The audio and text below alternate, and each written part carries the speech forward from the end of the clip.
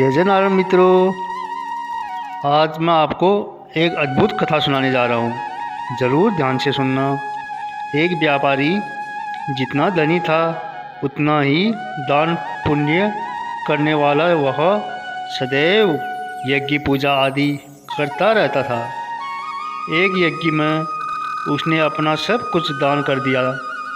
अब उसके पास परिवार चलाने लायक भी पैसे नहीं बचे थे। व्यापारी की पत्नी ने सुझाव दिया कि पड़ोस के नगर में एक बड़े सेठ रहते हैं। वह दूसरों के पुण्य खरीदते हैं। आप उनके पास जाइए और अपने कुछ पुण्य बेचकर थोड़े पैसे ले आइए, जिससे फिर से काम धंधा शुरू हो सके। पुण्य बेचने की व्यापारी की बिल्कुल इच्छा नहीं थी, लेकिन पत्नी के दबाव और बच्चों की चिंता में वह पुण्य बेचने को तैयार हुआ। पत्नी ने रास्ते में खाने के लिए 4 रोटियां बनाकर दे दी। व्यापारी चलता चलता उस नगर के पास पहुंचा जहां पुण्य के खरीदार सेठ रहते थे। उसे भूख लगी थी। मित्रों, फिर नगर में प्रवेश करने से पहले उसने सोचा भोजन कर लिया जाए। उसने जैसे ही रोटियां निकाली, एक कुतिया तुरंत के जन्मे अपने 3 बच्चों के साथ आ खड़ी हुई। कुतिया ने बच्चे जंगल में जन्म दिए थे। बारिश के दिन थे और बच्चे छोटे थे, इसलिए वह उन्हें छोड़कर नगर में नहीं जा सकती थी।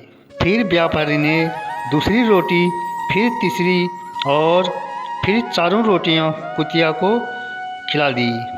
खुद केवल पानी पीकर सेठ के पास पहुंचा। व्यापारी ने सेठ से कहा कि वह अपना पुण्य बेचने आया है। सेठ व्यस्त था। उसने कहा कि शाम को आओ। दोपहर में सेठ भोजन के लिए घर गया और उसने अपनी पत्नी को बताया कि एक व्यापारी अपने पुण्य बेचने आया है। उसका कौन सा पुण्य खरीदूं? सेठ की पत्नी बहुत पतिव्रता और सिद्धि थी। उसने ध्यान लगाकर देख लिया कि आज व्यापारी ने कुतिया को रोटी खिलाई है। मित्रों, उसने अपने पति से कहा कि उसका आज का पुण्य खरीदना, जो उसने एक जानवर को रोटी खिलाकर कमाया है। वह उसका अब तक का सर्वश्रेष्ठ पुण्य है। व्यापारी शाम को फिर अपना पुण्य बेचने आया। सेठ ने कहा, आज आपने जो यज्ञ किया है, मैं उसका पुण्य लेना चाहता हूँ। व्यापारी हंसने लगा। उसने कहा कि अगर मेरे पास यज्ञ के लिए पैसे होते तो क्या मैं आपके पास पुण्य बेचने आता? सेठ ने कहा कि आज आपने किसी भूखे जानवर को भोजन कराकर उसके और उसके बच्चों के प्राणों की रक्षा की है। मुझे वही पुण्य चाहिए। व्यापारी वह पुण्य बेचने को तैयार हुआ। सेठ ने कहा कि उस पुण्य के बदले वह व्यापारी को 4 रोटियों के वजन के बराबर हीरे मोती देगा। 4 रोटियां बनाई गई और उसे तराजू के एक पलड़े में रखा गया।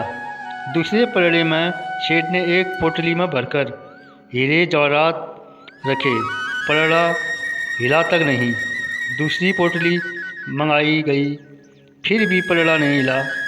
कई पोटलियों के रखने पर भी जब पलड़ा नहीं हिला तो व्यापारी ने कहा, सेठ जी, मैंने विचार बदल दिया है। मैं पुण्य नहीं बेचना चाहता। व्यापारी खाली हाथ अपने घर की ओर चल पड़ा। उसे डर हुआ कि कहीं घर में घुसते ही पत्नी के साथ कलह न शुरू हो जाए। जहां उसने कुतिया को रोटियां डाली थी, वहां से कुछ कंकड़ पत्थर उठाए और थैली में रखकर ले आया।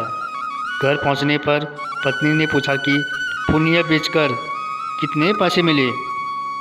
तो उसने थैली दिखाई और कहा, इसे भोजन के बाद रात को ही खोलेंगे। इसके बाद गांव में कुछ उधार मांगने चला गया। इधर उसकी पत्नी ने जब से थैली देखी थी, उसे सब्र नहीं हो रहा था। पति के जाते ही उसने थैली खोली। उसकी आंखें फटी रह गई। थैली हीरे जवाहरातों से भरी थी।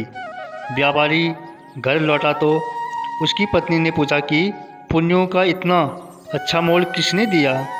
इतने हीरे जवाहरात कहाँ से आए? व्यापारी को संदेह हुआ कि पत्नी सारा भेद जानकर ताने तो नहीं मार रही, लेकिन उसके चेहरे की चमक से ऐसा लग नहीं रहा। व्यापारी ने कहा, दिखाओ कहाँ है हीरे जवाहरात? पत्नी ने लाकर पोटली उसके सामने उलट दी। उसमें से बेशकीमती रत्न गिरे। व्यापारी हैरान रह गया। फिर उसने पत्नी को सारी बात बता दी। पत्नी को पछतावा हुआ कि उसने अपने पति को विपत्ति में पुण्य बेचने को विवश किया। दोनों ने तय किया कि वह इसमें से कुछ अंश निकालकर व्यापार शुरू करेंगे। व्यापार से प्राप्त धन को इसमें मिलाकर जन कल्याण में लगा देंगे। ईश्वर परीक्षा लेता है। परीक्षा में वह सबसे ज़्यादा आपके उसी गुण को परखता है जिस पर आपको गर्व हो। अगर आप परीक्षा में खरे उतरे जाते हैं तो ईश्वर वह गुण आपको हमेशा के लिए वरदान स्वरूप दे देते हैं। अगर परीक्षा में उत्तीर्ण न हुए तो ईश्वर उस गुण के लिए योग्य किसी अन्य व्यक्ति की तलाश में लग जाते हैं। इसलिए विपत्ति काल में भी भगवान पर भरोसा रखकर सही राह चलनी चाहिए। आपके लिए भी कंकड़ पत्थर अनमोल रत्न हो सकते हैं। जय जय नारायण। कमेंट में ज़रूर लिखें वीडियो कैसा लगा। यह कथा AI द्वारा